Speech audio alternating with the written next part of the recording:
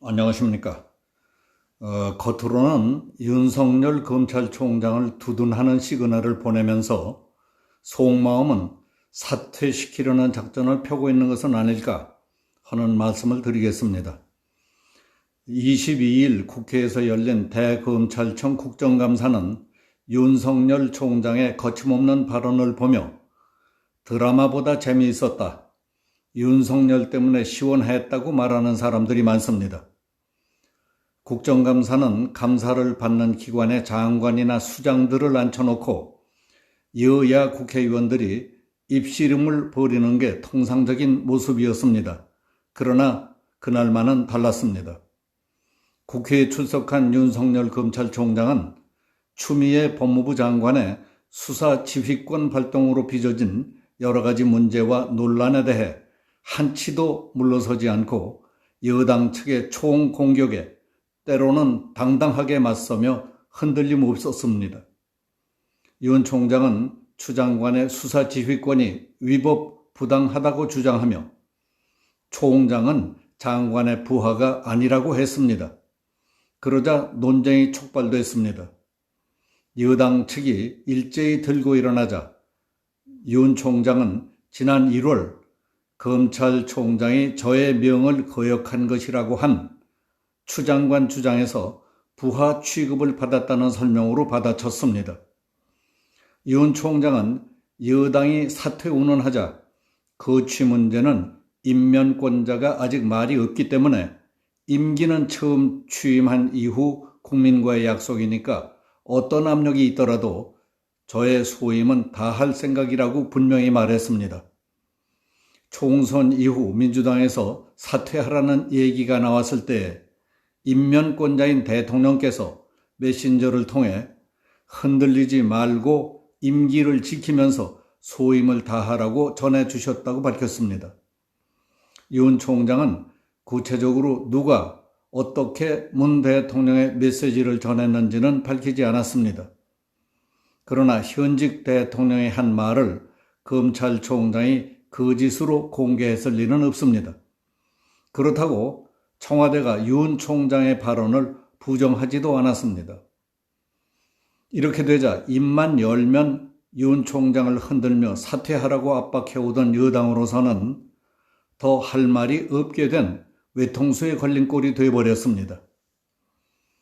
그렇다면 문 대통령은 뒤로는 윤 총장을 식물총장으로 만드는 등 쫓아내기 위해 가진 방법을 다 동원하면서 겉으로는 윤 총장에게 흔들리지 말고 소임을 다하라고 했단 말인가 하는 의심이 생깁니다.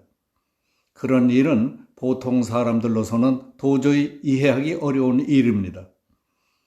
문 대통령은 작년 7월 윤석열 검찰총장을 임명하면서 살아있는 우리 권력도 눈치 보지 말고 수사하라고 지시했습니다. 윤 총장은 문 대통령의 지시를 그대로 이행했습니다. 그 후 문 대통령은 조국 씨를 법무부 장관으로 내정했습니다.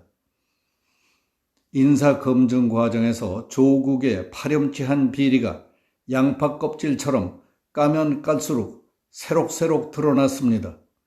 검찰로서는 수사를 하지 않을 수 없을 정도로 구체적인 혐의와 고발이 쏟아져 들어왔던 겁니다. 그뿐 아닙니다. 청와대가 문 대통령 친구를 울산시장에 당선시키기 위해 경찰을 동원한 공작을 벌인 혐의가 고스란히 드러났습니다. 이 또한 검찰이 수사하지 않을 도리가 없었습니다. 궁지에 몰리게 된 문 대통령은 살아있는 권력도 수사하라고 한 자신의 지시를 이행하고 있는 윤 총장을 포위 공격하기 시작했습니다. 살아있는 권력을 수사하는 검사들을 뿔뿔이 인사 이동시켰습니다. 수사팀은 공중분해됐습니다. 조국 비리와 관련해 기소된 청와대 비서관 출신 의원이 윤석열을 손보겠다고 위협하자 문 대통령은 그 의원에게 직접 전화를 걸어서 검찰개혁을 함께 하자고 했습니다. 그리고 추미애 법무부 장관을 임명해서 윤 총장에 대한 공세를 한층 강화했습니다. 추 장관은 앞뒤를 볼 것도 없이 윤 총장의 수족을 잘라 식물총장으로 만들었습니다. 추 장관이 펀드 사기꾼이 일방적으로 폭로한 것을 근거로 윤 총장의 수사 지휘권을 박탈하자 청와대 대변인은 불가피한 조치라며 추 장관을 두둔했습니다. 이 모든 일 뒤에 대통령이 없었다면 장관이 그렇게까지 할 수 있었겠습니까? 어림없는 일입니다. 그런데 윤 총장에게 흔들림 없이 소임을 다하라고 했다니 소름이 끼칠 정도로 무서운 생각이 듭니다. 사람은 누구나 어느 정도는 겉다르고 속다른 겁니다. 상황과 여건에 따라 거짓말도 하는 것이 보통입니다. 그러나 이는 흔히 있을 수 있는 정도가 아니라 치밀하게 기획된 작전 같게 느껴집니다.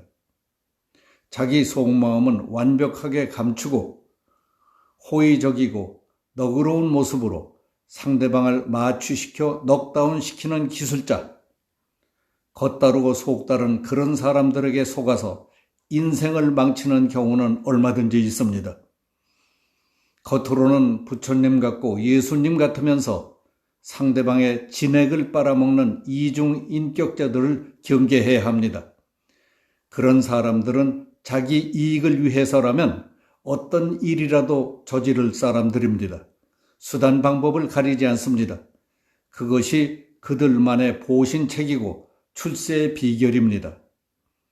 총선 이후 민주당에서 사퇴하라는 얘기가 나왔을 때 대통령이 윤 총장에게 흔들리지 말고 임기를 지키면서 소임을 다하라고 했다는 것이 진심이었다면 여권이 윤 총장을 향해 계속 사퇴 압력을 넣지 않도록 했어야 합니다. 그러나 여권의 사퇴 압력과 인신공격은 더 노골화되고 거세지고 있습니다.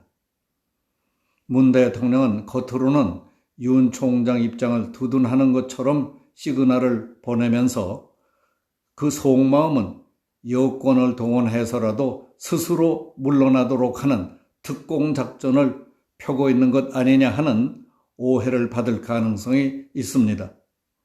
그렇다면 대통령으로서의 권위와 의연함도 신뢰도 추락하게 될 것입니다. 더 나아가 인간적으로 비겁하고 비굴하며 겉과 속이 다른 이중인격자로 낙인이 찍히게 될 가능성도 있습니다. 오늘 여기서 마치겠습니다. 감사합니다.